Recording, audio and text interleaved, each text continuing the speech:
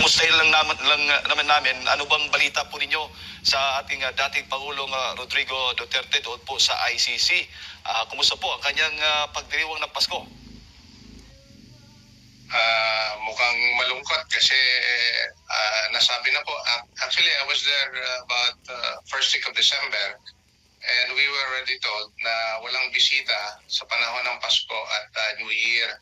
Kaya buti na lang din na may mga membro ng pamilya, the latest of which was I saw Kitty Duterte there at The Hague, no? Nabisita niya yung papa niya, 24, pero walang bisita ng 25. Sa 26 siguro makakabisita na naman pagkatapos ng Pasko. Opo. So yun po yung kalagayan niya pagdating sa kung ano yung pagbibisita sa kanya. Pero merong panawagan din po na yung abogado niya ay recall, si Attorney Kaufman, was saying na kung meron kayong ipapadala ng mga Christmas greetings, pwede nyo ipadala sa kanya para mabasa niya, no? Kahit na gaano karami yan, aabutin yan doon sa detention facility where he's staying. Opo, hanggang New Year ho ba? Hindi po pwedeng bisitahin ang dating Pangulong Duterte doon po sa ICC dahil holiday nga. The most relaxing game of 2025.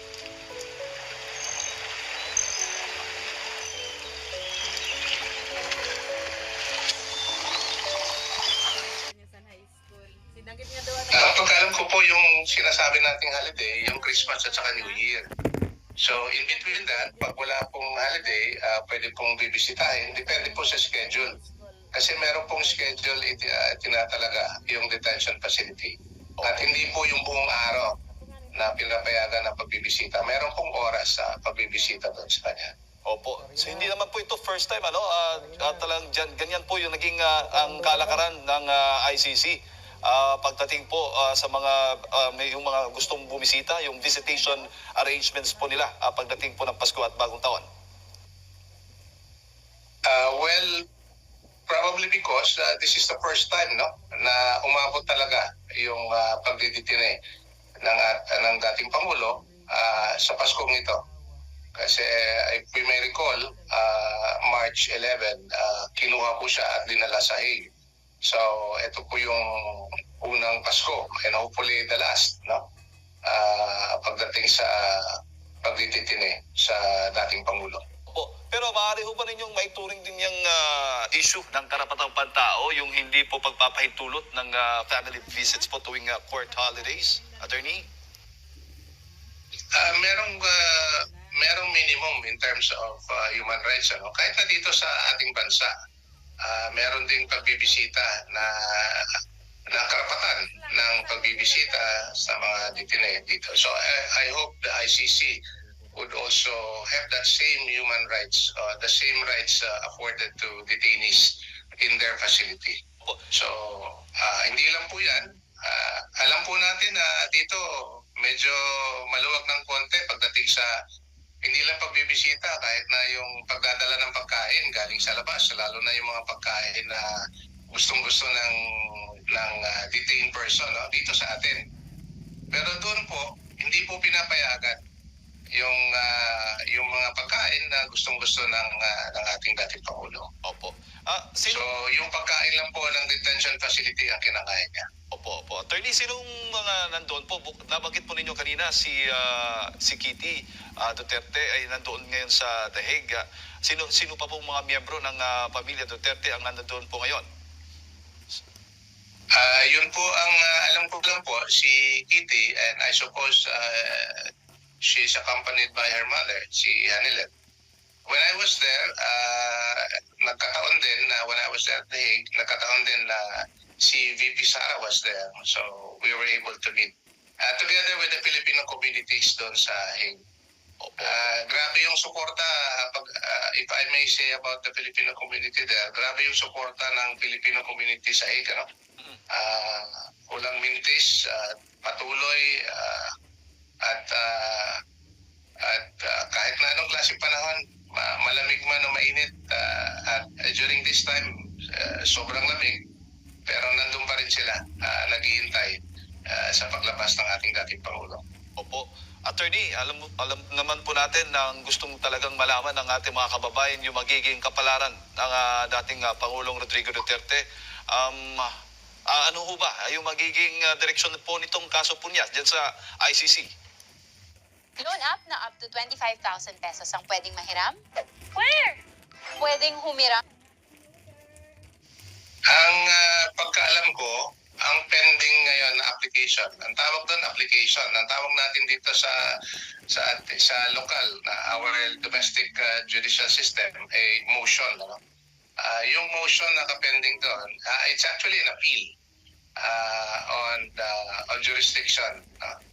Their application for jurisdiction was denied by the Provincial Chamber, and now it is being heard by the Appeals Chamber. So yun po ang hinihintay natin na resolution na manggagaling sa ICC. The latest of which is, if I recall, both parties or all parties have already submitted their comments or their brief, we call it appeal brief, on the issue of jurisdiction. Pero lately, yung appeals chamber ay nagpalabas ng order na kung pwede dagdagan pa yung mga komento o argumento ng mga partidos patungkol sa issue ng jurisdiction. So mukhang matindi yung pag-aaral ng ICC patungkol dito. If I may just probably make an opinion na kung if that will be denied, then trial will proceed.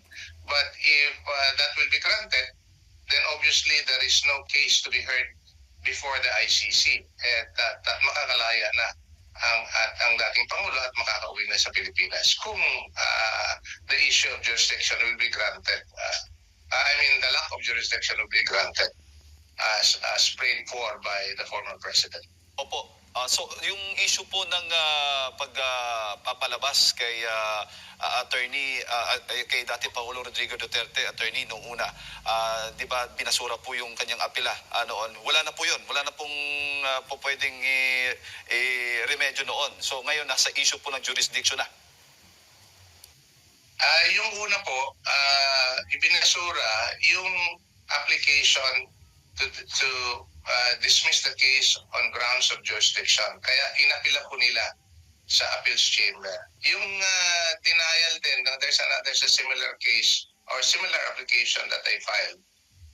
When I say they, I'm referring to the defense team of the former president, headed by Attorney Nicholas Kaufman.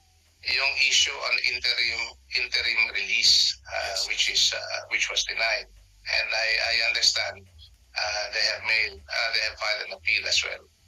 Opo. Motion for reconsideration on that one. Opo. So ibig sabihin na pwede pang didesisyonan pa pala itong apela ng interim release kahit nag-apela na noong una, attorney. Wala pong magiging problema doon.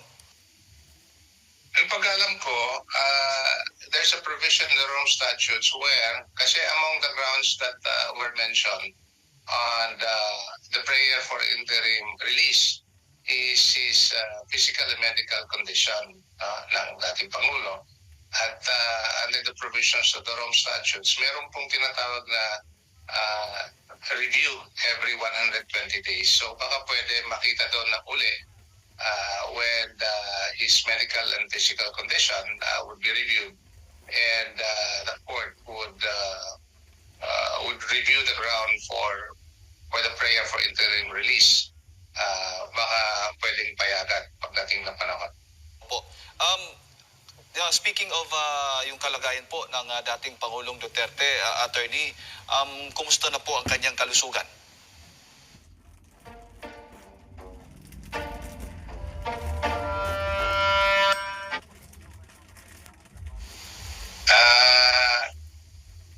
Hindi ko po siya nakita, pero intindihin na lang natin sa ganitong realidad. Siya po he is old, he's frail, and he has some medical condition. Ang pag-alam ko po, even before March 11, when he was brought to The Hague, may tinitake siya ng mga medication. So ibig sabihin po, he is under treatment for the medical condition that he has. So that said, at the fact that he's not used to that kind of weather, yung malamig doon, no? Plus the fact na, as I've made mention earlier, na hindi siya napapakain doon sa gusto niyang kainin. Ano, kagaya ng munggo, tinola, paksiw, na isda, yung mga ganun.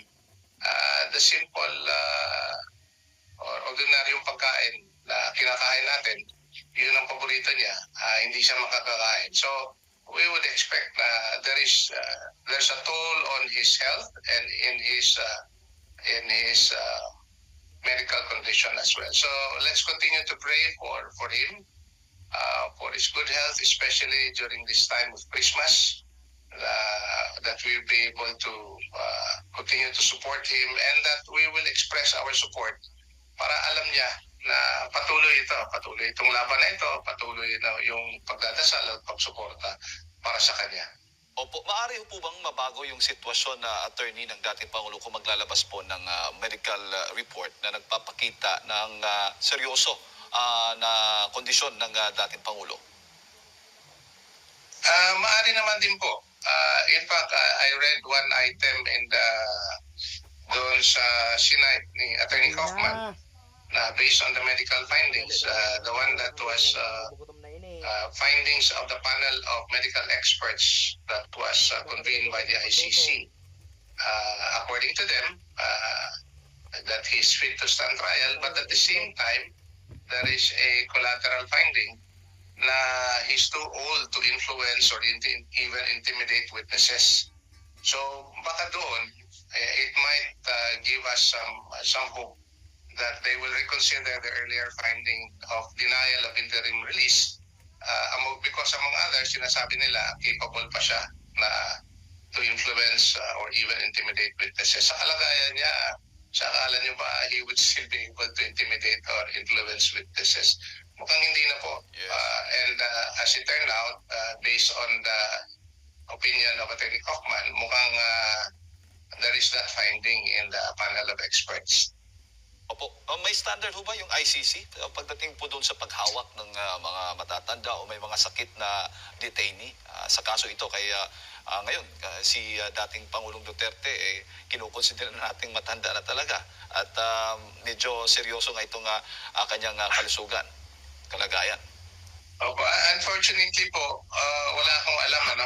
There is no precedence insofar as yung pagdidetine ng mga matatandang mga defendants as we call them, and as they call them, defendants, na kahit na matanda na, kinukulong pa rin.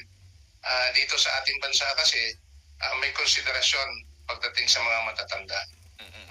In fact, even if they're detained, where the trial is still being heard, the court would order the release upon application by the defense, no? Na mapalaya na habang nililitis yung kaso. At yun man din ang gusto natin. Hindi niya, as I have said this before, it takes full legal responsibility for what he did for the country and for the Filipino people. Pero tingnan din natin yung kalusugan ng tao para mailagay natin sa tama yung sinasabi nating hustisya.